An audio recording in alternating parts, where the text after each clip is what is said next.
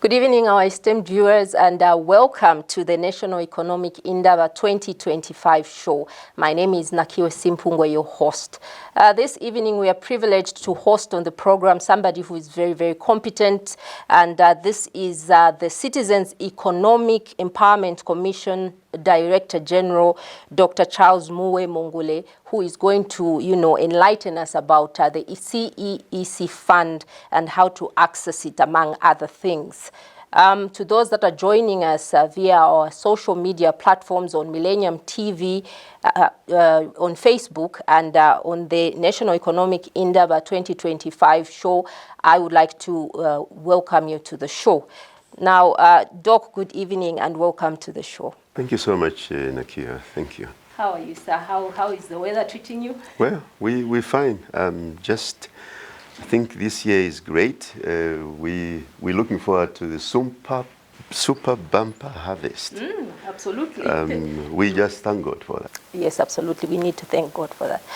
Now, we like to start at the very beginning. So we would really like to know this, CEEC is very, very pronounced. Everywhere you go now, you hear about the CEEC. And, but some people, may not be really conversant of what exactly this is. So as a DG, we would like to get it from you. What exactly is the CEEC and what is its scope of, work? Thank you, Nakiwa. The Citizens Economic Empowerment Commission was established out of an Act of Parliament, CEE Act, number 9 of 2006, established in 2008. And the entity has been running since then. Basically, the mandate is broad. The commission was established taking into account the historical context, the fact that many Zambians were deprived of education, of participation in the economy. So generally, their livelihoods and the participation in the economy could be said to have been very low. So the government then decided that because of the depravity, that many Zambians went through, there was need to have deliberate intervention. And I use that term because that's the essence of the act, deliberate intervention, very intentional, and focusing on Zambians. The act talks about targeted citizens, that's Zambians like you and I, who are historically disadvantaged, and also enterprises that are run by the Zambians. And also it takes into account a number of levels of participation from an enterprise point of view in terms of citizen-owned, citizen-influenced, and citizen-empowered enterprises. The whole idea is that these individuals and entities must have some advantage to help them, to handhold them, to enhance their participation in the economy. So you can see it's a broad empowerment mandate, and that's what we have been running with until now, and a lot of things have been achieved. Thank you. Great stuff, Dr. Mungule. But could you just break it down for us? What financial packages does the Commission provide, and what criteria is used to identify the people that qualify for this empowerment package under the CEEC? Okay, good question. We have, the Commission normally comes up with a number of different packages. Firstly, let me break it down in terms of functional pillars, economic pillars. To implement the mandate, the Act identifies a number of pillars, 9 pillars, empowerment pillars that we run with. There's one, just to name a few, you have ownership, control, and equity. That's ownership, control of economic assets. And then equity, meaning, there must be appropriate equitable participation of Zambians. There is another one, another pillar, which is access to finance. That's ensuring that the Zambians have access to affordable finance. Then there's another one that deals with the preferential procurement, ensuring that Zambians have access to the procurement that takes place largely in the public sector. Then there is also ensuring or fostering foreign direct investment, joint ventures, engaging in green fields, meaning new businesses or new investments that are appropriate for these targeted citizens. And also good corporate governance and transformation of society that deals with the societal issues, attitudinal issues, work culture, and so on and so forth. And then also to do with the one that runs with the skills, capacity development of the Zambians. Now, this is how, out of these aspects, then the Commission creates products, empowerment products. For access to empowerment, access to finance, we create loans. We have project loans that run for 5 years. We have trade finance, which runs for up to 12 months. It's short-term loan. Then we have microfinance loans. So there are so many packages. As you know, Kiwa, we are in the entire economy, all the sectors. So we talk of mining, agriculture, processing, manufacturing, whichever, because the Commission takes into account all the sectors of the economy. Okay, so what has been the response from the citizens themselves to the CEEC and these packages that you offer? Very overwhelming. Okay, really, yeah, very overwhelming. That's how I can describe it. Just to give you the context in terms of very overwhelming. 2022 to 2023, we made some calls. We got applications amounting to the upwards of 30 billion kwacha. Wow. We've never had such kind of money. So in terms of our capacity to address those, it's highly insignificant. Because at that time, in 2022, we got 350 million kwacha. 2024, we got, just around that amount, 392, somewhere there, 97 million kwacha. So you realize that we don't actually have the capacity, if I may use that 30 billion as a benchmark. So it's very overwhelming. So since you don't have that kind of capacity, is there any other way that you source funds to maybe just cushion what you get? Thank you so much. The way the Act is structured, the Commission actually can get financing or sources of funds from elsewhere other than just government. If it's a loan, obviously that has to go through government, specifically through Ministry of Finance. We can't procure a loan. It has to be done by government through Ministry of Finance. We also can enhance or broaden our resources through other measures like collaborative intentions with some stakeholders. We sign MOUs. Stakeholders can bring leveraging capacity to CEC. For instance, some might just want to get involved in what CEC is doing, not necessarily financing CEC. For instance, do some training interventions, technical backstopping, and many other interventions. So yes, there are possible avenues of broadening the resource envelope. Okay, so but of concern, to many, and it's amazing that you have over, you actually need about 6 billion, and 30 billion kwacha. 30 billion kwacha. That's what we needed if we were to finance the 2022 and 2023 applications. And yet there is by and large complaints, from, we took a little survey on, in the markets, and just basically from SMEs, MSMEs, and their complaint was that they have no idea, for instance, how to just even apply for the loans, and they find it so like this. I don't know, it's something so sacred, how do we actually go about applying for CEEC? They've heard about it, but they have no idea, So what deliberate, is it policies or, just what deliberate moves have you put in place as a commission to, address this issue? That's a very fundamental question.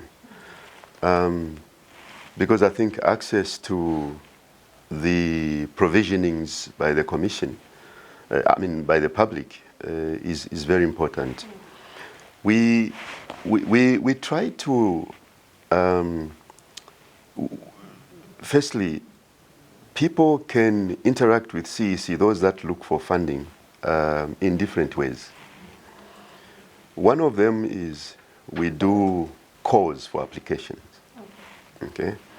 So when we want to, like we develop a loan product or whatever initiative, empowerment initiative it is, then we would make a call for participation and clearly indicate the approach that they need to get involved in, those that want to participate. One of them is it can be done via the online system. Okay. Now, the other one would be, the next window would be through unsolicited applications. This is where you walk into CEC, you have your own opportunity that you would like funded on. Not necessarily what we have put on the call for applications. You can be funded, but it has to be assessed for its viability. The other way we do it is the commission goes out into the provinces, particularly focusing on the rural provinces, where we identify opportunities, and largely these would involve like cooperatives, and we can instigate financing of such an opportunity, because we look at creating industries in the rural areas. That's very important for us. So, so these are really some of the ways now. Online participation, obviously, for the rural areas, that becomes a bit difficult, given the network issues. So what we do is, even if an application, the call for application is to be done online, we still make provision for them to apply using hard copies. And they can get applications. We don't sell our application forms. Oh, they're free. Yeah, they are free of charge. From provincial offices, they can get those applications. But let me hasten to say, our society has different categories of individuals. Mm-hmm. There are those who have easy access to information, using different platforms. And then there are those hard to reach, like in far-flung rural areas. Mm-hmm. We take deliberate intentions to access those in far-flung rural areas, mm-hmm, so that they are not excluded. Mm-hmm. So we are mindful of the fact that our society, you can't talk of being homogeneous in terms of access to information. We are in different categories. So, Dr. Mungule, the issue of how affordable is your money, the CEEC money, because obviously banks and other financial lending institutions are probably more expensive for the SMEs, and so I'm sure they would find relief in the CEEC, because it's obviously government trying to help its citizens. So how affordable are these loans for them, and how long does it take for people, for instance, to have to give back the loans once they access them? Okay, good question. Affordability, that's essentially at the core of what government is trying to achieve through CEC, to have financing which is affordable, and available. And the highest interest rate that CEC charges is 12%.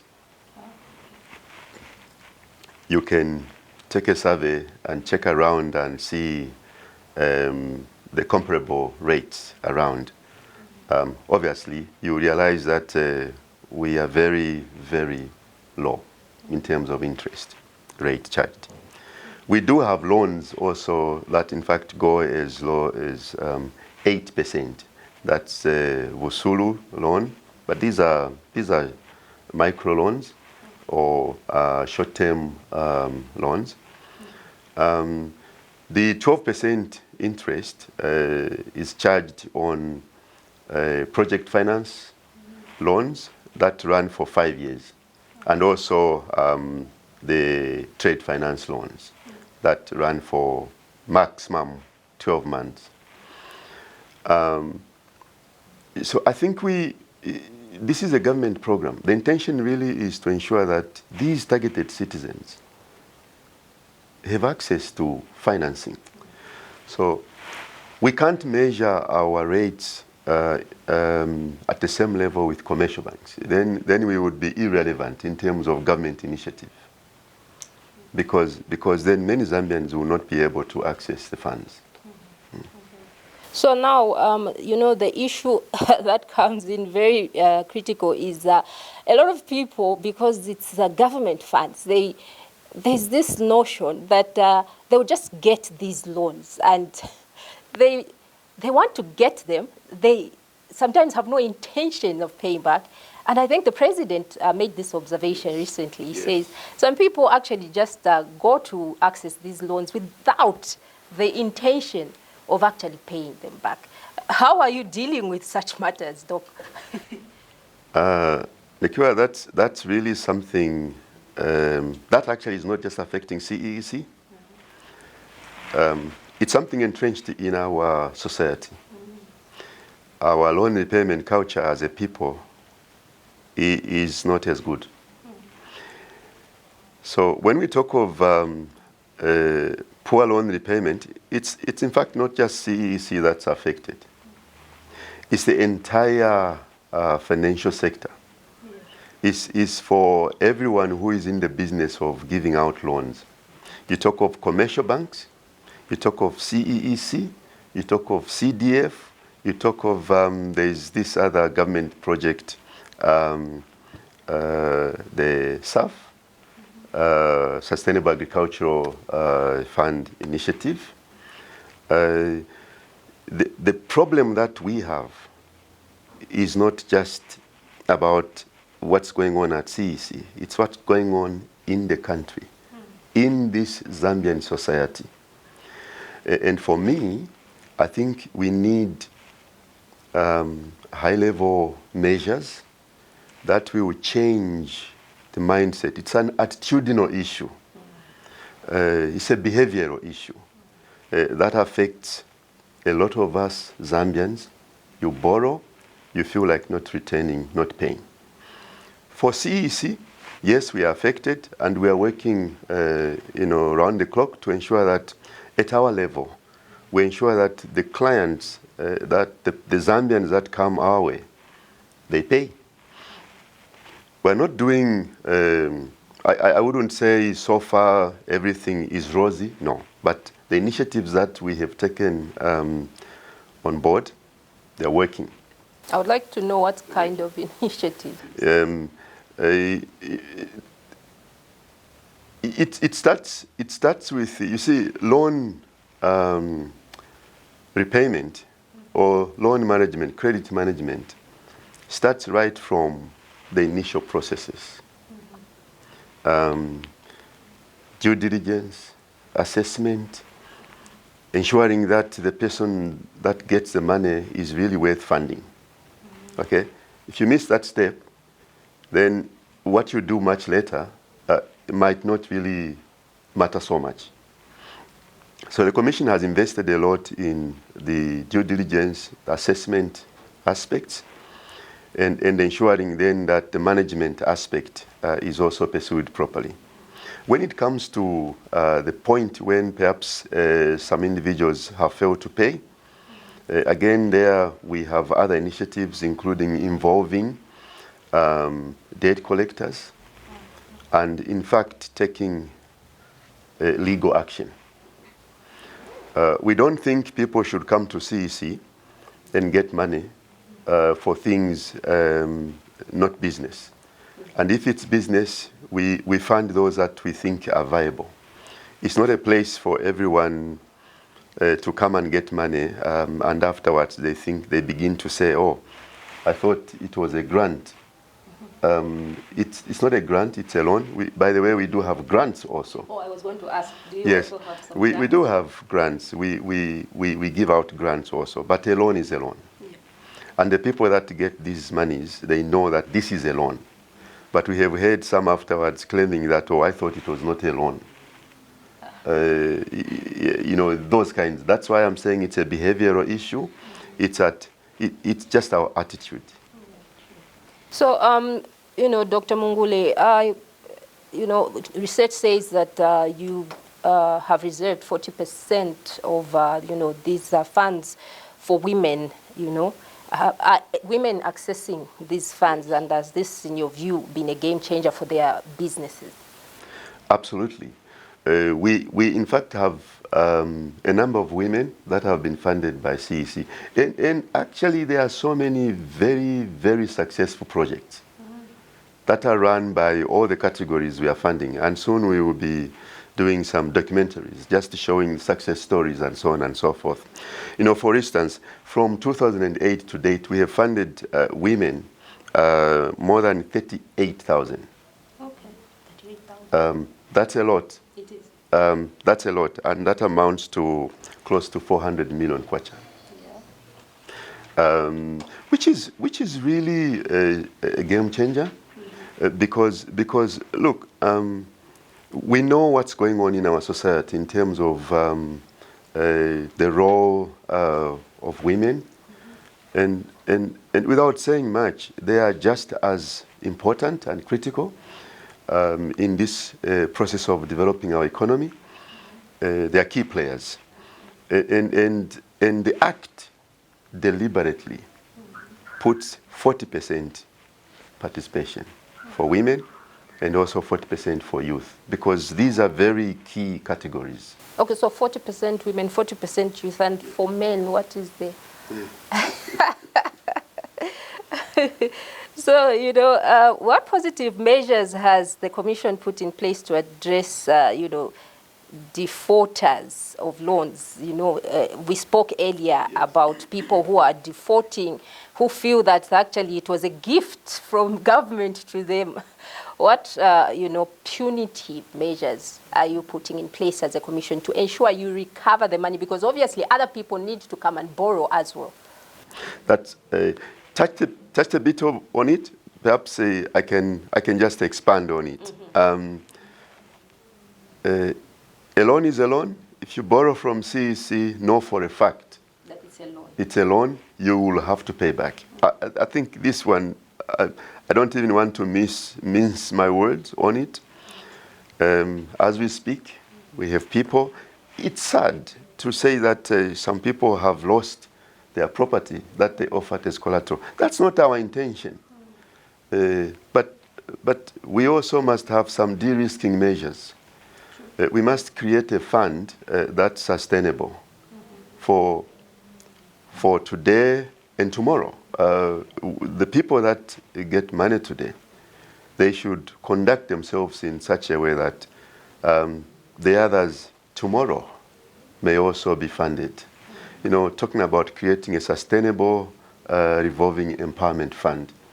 So if you borrowed from CEC, you don't pay, we have a process. Firstly, we'll do some demand letters, and then we'll do a legal demand, and we'll take you to court. I think for us that's very important. We need to create a culture that respects the loan. If people want to get grants, they can ask government to create a fund, you know, for grants where they will just line up. But you see, I think what we need to do as a people is to create accountability, responsible behavior, where whether you get 100 kwacha or 100,000 kwacha, the principle is the same. If it's a loan, it's a loan. It must be paid back. So for us, there are no sacred cows. It doesn't matter who the person is. It could be a marketeer. It could be a student. It could be, and by the way, for us, there are no politicians. You know, just to put it clear, the Act does not talk of politicians. The Act talks of targeted citizens and enterprises. So we don't make any distinction. CEC is not a political entity, it's a government entity. So there's nothing like, no, these ones belong to this political party, they can't access it? No, it's for all targeted citizens. You have to be a politician. You don't have to be a politician and you come to CEC dressed in your political attire. In fact, we don't even encourage people to come to our offices in political attire. It's a government entity. If you come there in your political attire, it doesn't in any way give you advantage for your loan. It doesn't at all. We are looking at the viability of what you are proposing to do. That's all. Great stuff, Dr. Mungule. Now, Doc, you will agree with me that there's the issue of climate change, you know, which is upon us, and you know, this year there will be drought, the next year there will be floods. So this is, you know, an issue that is affecting the SMEs in a very negative way, especially that you find, you know, the negatives like load shedding creeping in and so forth and so on. So, you know, in this regard, and I know that your interest is to help the SMEs to keep afloat, how do you then, you know, these dynamics, how does the Commission look at this and say that we definitely need to collect our money, but then there's these issues surrounding, you know, why a business might have sunk and they've been unable to pay back our loan. How do you help these SMEs, you know, considering that, you know, SMEs are really the ones that are going to help this economy to grow?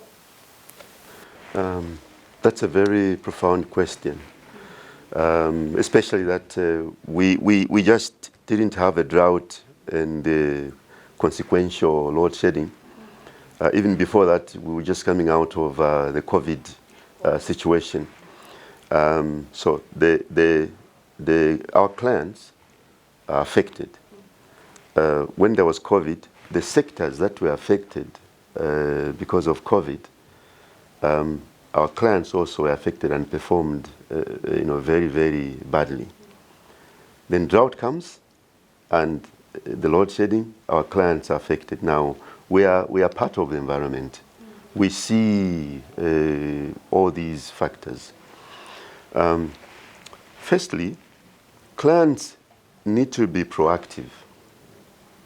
If you borrowed from CEC, then you realize that your business is getting affected by whatever factors.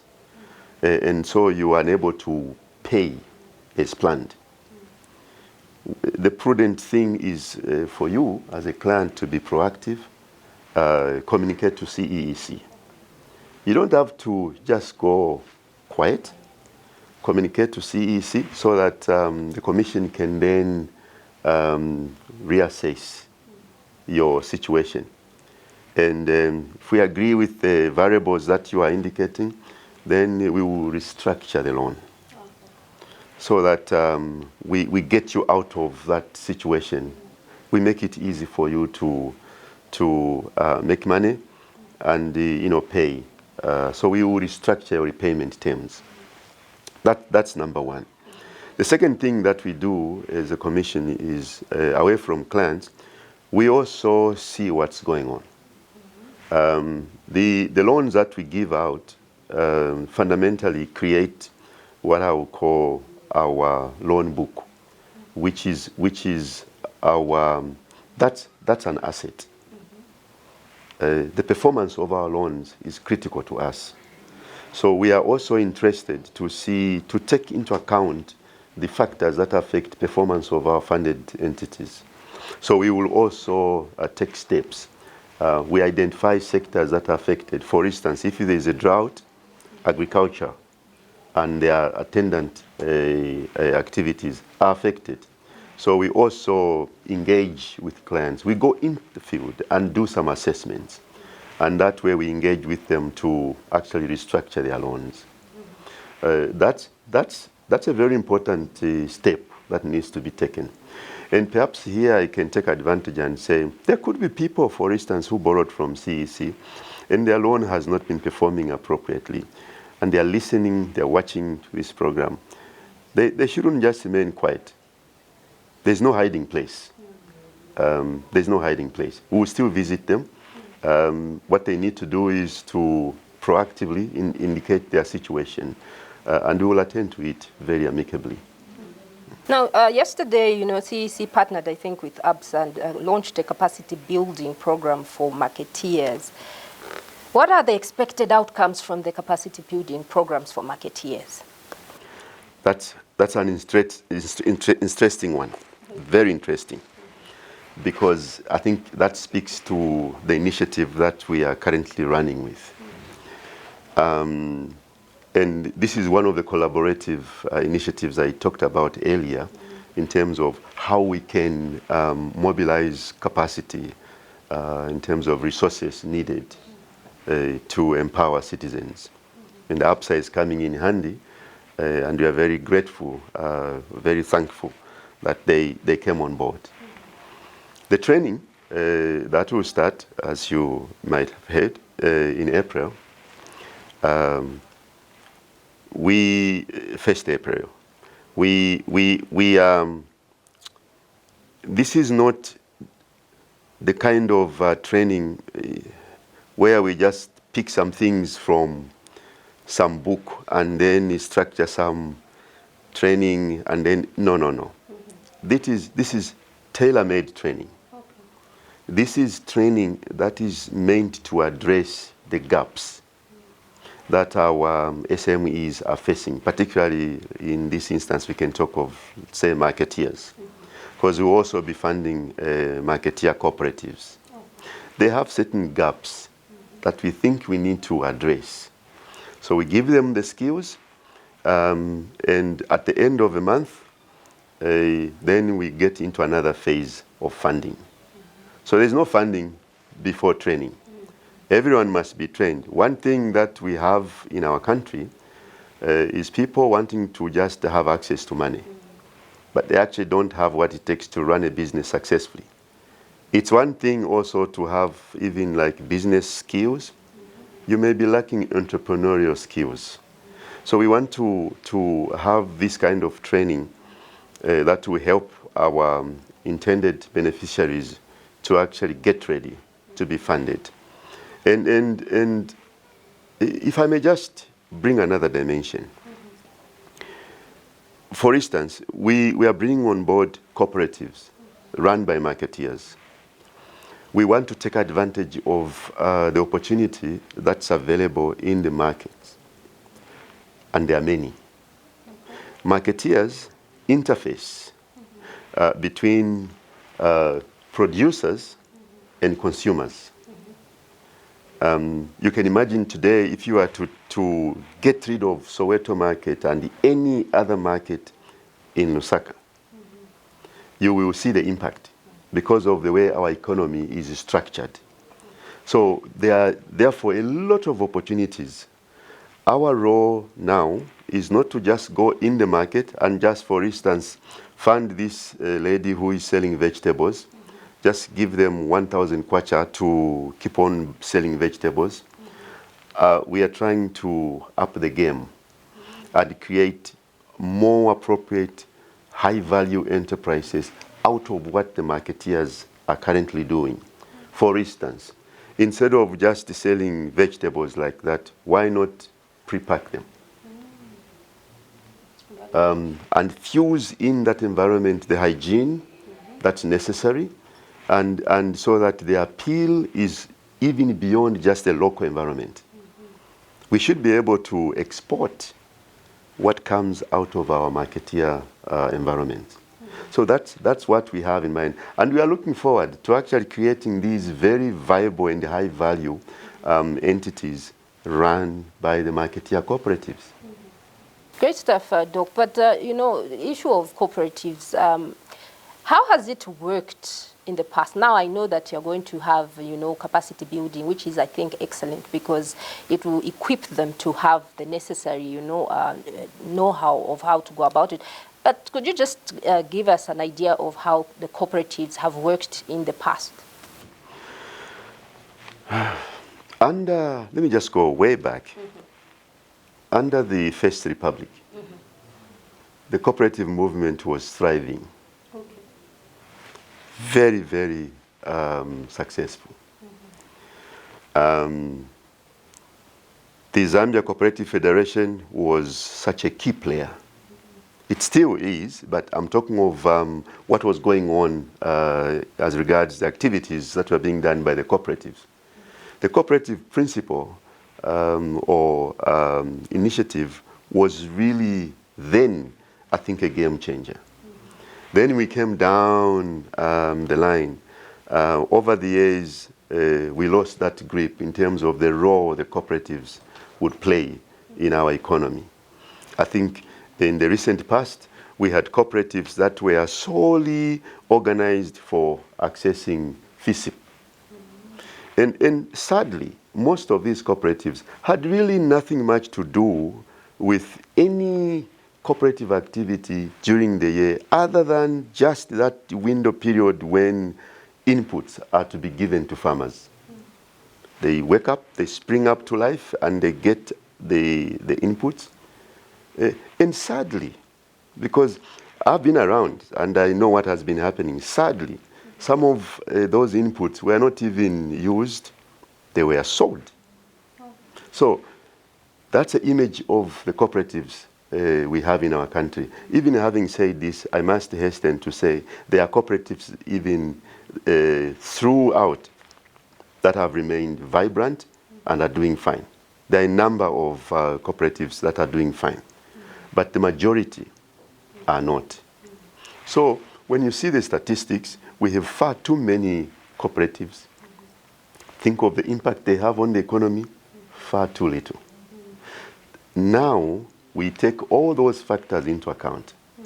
One of the reasons cooperatives have fundamentally gone down is to have this kind of twisted objective. People come together, they want to form a cooperative, and then the ulterior motive is to be able to access money, not to pursue their objective, intended objective as cooperators. They come together, they don't even want to contribute anything among themselves as cooperators. They are waiting for Boma, Yang, and Leko. We have created cooperatives, and now we are waiting for government to fund us. What is your contribution? There's nothing. And so there is this dependence orientation that over the years has been created in the minds of people who get into cooperatives. And it's not helped matters. What do you want to do under this approach? And the capacity building is also for the purposes of entrenching this mindset. The other one, we want to ensure that the cooperatives are managed appropriately. The management aspect and the corporate governance oversight. The cooperatives must be accountable to the ideals they are trying to pursue. They should engage according to their intentions. And the individuals must realize that they have a role to play. They don't come together only for the purposes of lining up for funding.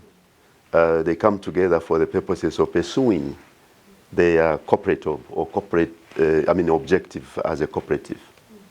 So we're running into all these aspects to bring interventions that will help us address these things. The cooperative movement is a viable option for developing our economy. It still is. Great stuff, Doc, indeed. And, time is always jealous when, people are getting the necessary information that they need. So finally, Doc, maybe you could just tell us, as the DG for CEC, how we are going to ask you to rate yourself. Is CEC succeeding in, in its mandate, or more needs to be done by the Commission? Well, that's a very important question. I'm not going to rate myself as such. I'll tell you what the Commission has achieved. When new management, the new board of commissioners got involved, when we came on board, there were so many things that were not, that had gone wrong. There were so many non-performing loans. I mean, the percentage was way too high. Loan repayment was horrible. Corporate governance aspects in terms of even fulfilling the regulatory requirements was also not appropriate. We did not have audited financial statements. The last one was 2018. So we came on board in 2022. There were no audited financials for 2019, 2020, 2021. As we speak, that one has been sorted. So we are up to date. I think that's profound. Because that's very important from regulatory and corporate governance perspectives. The loan recovery has tremendously improved. When we came on board in 2022, loan recovery was at 27%. As we speak, it's at 75%. We implemented a strategic plan. 2022, it runs 2022 to 2026. So we developed it, and that's the plan we are implementing. It runs up to 2026. As we speak, in terms of implementation approach or process, we have already gone up to 74%. I'm giving out these are very key indicators of what's happening. The Commission you see today is significantly different from the Commission that you were seeing before this new government came on stage. The new Board of Commissioners, the ministry, we fall under Ministry of Small and Medium Enterprise Development. Their efforts and also collaborative input from management, a lot has happened. I can then say that we are very proud. We haven't gotten 100%. We actually, this thing, we already turned the corner. We just now, I can say, what's going on now is that, we can't sort this thing out immediately or all at once. It will take a bit of time. The reputation of the Commission had gone so low. Everything has changed. We are not at 100%, but everything has changed. We have testimonies from individuals that in the past even vowed never to come to the Commission to ask or to get a loan because they thought it was inconceivable for them to be funded from CEC. When we came on board, they thought they should try their luck just to see if things have changed without having anyone to influence their application to be funded, and to their surprise, they were funded by the Commission. So it's no longer a situation where you have to know, you have to know me to be funded or any officer. You just have to give us a viable something, and we will fund you. So these parameters indicate that there is significant change. Of course, we still have some challenges. Yeah, like operational funding is still an issue. Even the empowerment funding, we would wish that those aspects are increased or improved. But so far, so good. Great stuff indeed. Doc, for me, this has been very, very informative, and I'm very sure our viewers will agree with me. So I would really like to thank you for taking time off your very busy schedule, to just come and put us in the correct light of what is going on at CEC. Thank you so much for coming. Thank you so much. The pleasure is ours. There you have it, our esteemed viewers. On the show, we featured Citizens Economic Empowerment Commission Director General, Dr. Charles MUWE Mungule, who has been able to just highlight for us what the CEEC and its mandate is, and we hope that you've been able to get all the information that you need in case you need to access the CEEC fund. On behalf of the studio crew, my name is Nakiwe Simpungo, your host. Until Monday, when we bring to you another exciting guest, it is good night.